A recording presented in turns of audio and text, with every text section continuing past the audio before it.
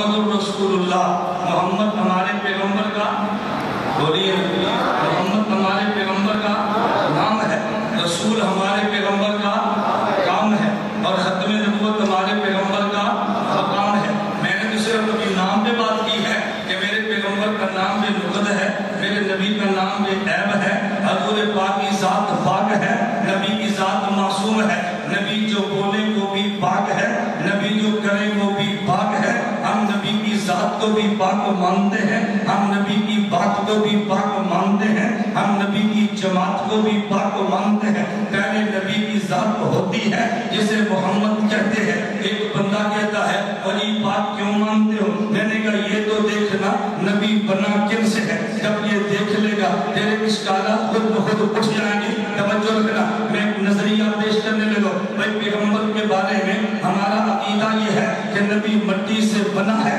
فوراً لوگ کہہ دیں گے اور تم نے پیغمبر کی توہین کی ہے، تم نے کہا مٹی سے بنا ہے۔ میں نے کہا بات توجہ سے سمجھنا، نبی مٹی سے بنا ہے، ہم مٹی سے بنے ہیں، لیکن مٹی اور مٹی میں فرق ہے۔ جس مٹی سے میں اور آپ بنے ہیں یہ مٹی زمین والی ہے، جس مٹی سے انبیاء بنے ہیں وہ مٹی جنت والی ہے، اور جس سے میرا محمد بنا ہے وہ مٹی جنت الفردوس والی ہے۔ جو زمین اور جنت میں فرق ہے وہ نبی اور امتی میں فرق ہے، جو جنت اور جنت الفردوس میں فرق ہے وہ نبی اور انبیاء میں فرق ہے۔ ایک مٹی کو نہیں سمجھا تو اکڑ گیا ہے، ہم بشر نہیں مانتے، وہ سمجھا جو نہیں ہے۔ کل یہاں راستے میں میں شکارپور سے جا رہا تھا، ایک گاؤں ہے اور مدرسہ ہے دارالقرآن، مجھے انہوں نے بلایا تو وقت کم تھا، میں نے تھوڑی سی بات کی۔ میں نے کہا شبے کو سمجھو، آج لوگ کہتے ہیں کہ مولوی کو سیاست میں نہیں آنا چاہیے، مولوی سیاست سے دور رہے، اس کا سیاست سے کام کیا ہے؟ میں نے کسی وہی شبہ پڑھا ہے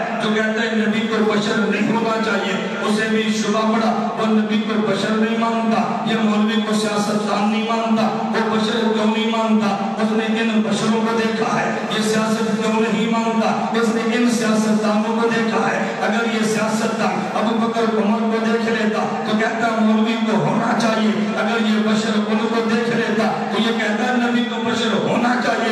اس کو شبہ اس لیے پڑا اس نے بشر یہ دیکھے ہیں، اسے شبہ اس لیے پڑا اس نے سیاستدان نواب وڈیرے دیکھے ہیں۔ اگر سیاستدان مصنف واڑہ دیکھتا یہ نبی یہ مولوی کو سیاستدان مان لیتا، یہ بشر اسے دیکھتا جو جلا زمین پہ ہے اور جنت میں پاؤں کے چلنے کی آواز آتی ہے، یہ کہتا بشر ہونا چاہیے۔ اسے بزرگ کا بشریت پہ لگا ہے، اسے دھوکہ سیاست پہ لگا ہے، وہ سیاست اس نے انکار کرتا ہے، وہ اپنے سیاسی ظالم کو دیکھا ہے، یہ اس لیے انکار کرتا ہے اس نے بشر گناہ گار کو دیکھا ہے۔ اگر معصوم بشر کو دیکھتا یہ کہتا نبی کو ہونا چاہیے، اگر وہ خلیفہ صدیق کو دیکھتا یہ کہتا مولوی کو سیاستدان ہونا چاہیے۔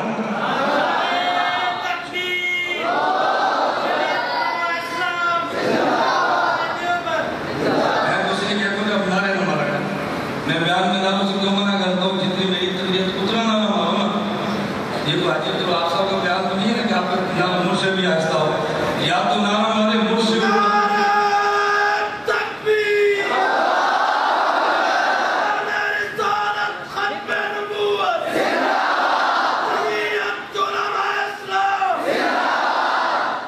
علماء کو سیاست میں آنا چاہیے کہ نہیں آنا چاہیے؟ یہ عجیب بات ہے۔ میں نے کہا دھوکہ لگا ہے، اس نے بشر غلط دیکھے ہیں تو نبی کو نہیں مانتا، اس نے سیاستدان غلط دیکھے ہیں تو مولوی کو نہیں مانتا۔ اگر وہ صحیح بشر دیکھتا تو نبی کو بشر مان لیتا، یہ صحیح سیاستدان دیکھتا تو مولوی کو سیاستدان مانتا۔ غلط فہمی اسے بھی لگی ہے، غلط فہمی اسے بھی لگی ہے۔ دیوبند والے ان غلط فہمیوں کا ازالہ کرنا چاہتے ہیں۔ اللہ مجھے بھی قبول فرمائے، اللہ آپ کو بھی قبول فرمائے۔ میرا ارادہ تو سچ بات یہی تھا کہ جو مدرسے کے طلباء ہیں تو میں خالص دو چار باتیں مناظرے کے حوالے سے کرتا۔ ڈاکٹر خالد محمود شولو صاحب دامت برکاتہ نے مجھے فرمایا کہ ہم نے شہر میں کچھ لوگوں کہہ دیا ہے، کچھ عوام بھی ہے، تو پھر میں نے عوام کے ذوق کے پیش نظر تقریر کر دی ہے تاکہ وہ خود بھی خوش ہو جائے، درویش بھی خوش ہو جائے۔ لیکن آپ نے محسوس کیا ہے، توجہ رکھیں، میں یہ طلباء کو احساس دلاتا ہوں، آپ نے محسوس کیا ہے کہ میری تقریر خالص علمی تقریر ہوتی ہے، خالص علمی دلائل ہوتا ہے، اور ہماری خواہش ہے کہ ہر طالب علم میں میدان میں آئے، اس کے بعد علم بھی ہو، اس کے بعد زبان بھی ہو، تو دونوں باتیں ہونی چاہیے کہ نہیں؟ میری دعا ہے کہ اللہ تعالیٰ آپ کو علم کی نعمت بھی عطا فرمائے، اللہ تعالیٰ سے زبان کی نعمت بھی عطا فرمائے، اور سب سے آخری بات، اللہ مجھے اور آپ کو اپنے اکابرین کے ساتھ رہ کر دین کی خدمت کرنے کی توفیق عطا فرمائے۔ یہ بات میں کیوں کہتا ہوں؟ ہم کام فتنوں کے خلاف کرتے ہیں، لیکن المیہ یہ ہے کبھی انسان فتنوں کے خلاف کام کرتا ہے اور خود فتنہ بن جاتا ہے، کبھی فتنوں کے خلاف کام کرتا ہے خود فتنہ بن جاتا ہے۔ پھر اکابر کہتے ہیں کہ یہ فتنہ ہے، وہ کہتے ہیں کہ ہمارے کام کی تردید کرتے ہیں، حالانکہ کام کی تردید نہیں کرتے، وہ کام کے مزاج کی تردید کرتے ہیں۔ ہم نے کام بھی اکابر والا کرنا ہے اور اپنے اکابرین کے مزاج کے مطابق چلنا ہے۔ اپنے اکابر کے کام کو بھی سمجھو اور اپنے اکابر کے مزاج کو بھی سمجھو۔ بعض لوگ اکابر کا کام سمجھ جاتے ہیں، ان کا مزاج نہیں سمجھتے۔ اکابر کا مزاج سمجھنا ہو، میں نے کہا یہ موقع نہیں ہے، اب ساری باتیں بندہ ایک موقع پہ نہیں کہہ سکتا۔ اگر اکابر کا مزاج سمجھنا ہے، شیخ الہند کو سمجھو۔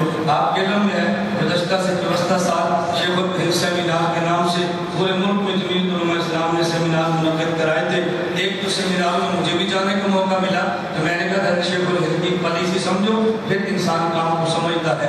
اللہ مجھے بھی اور آپ سب کو توفیق عطا فرمائے۔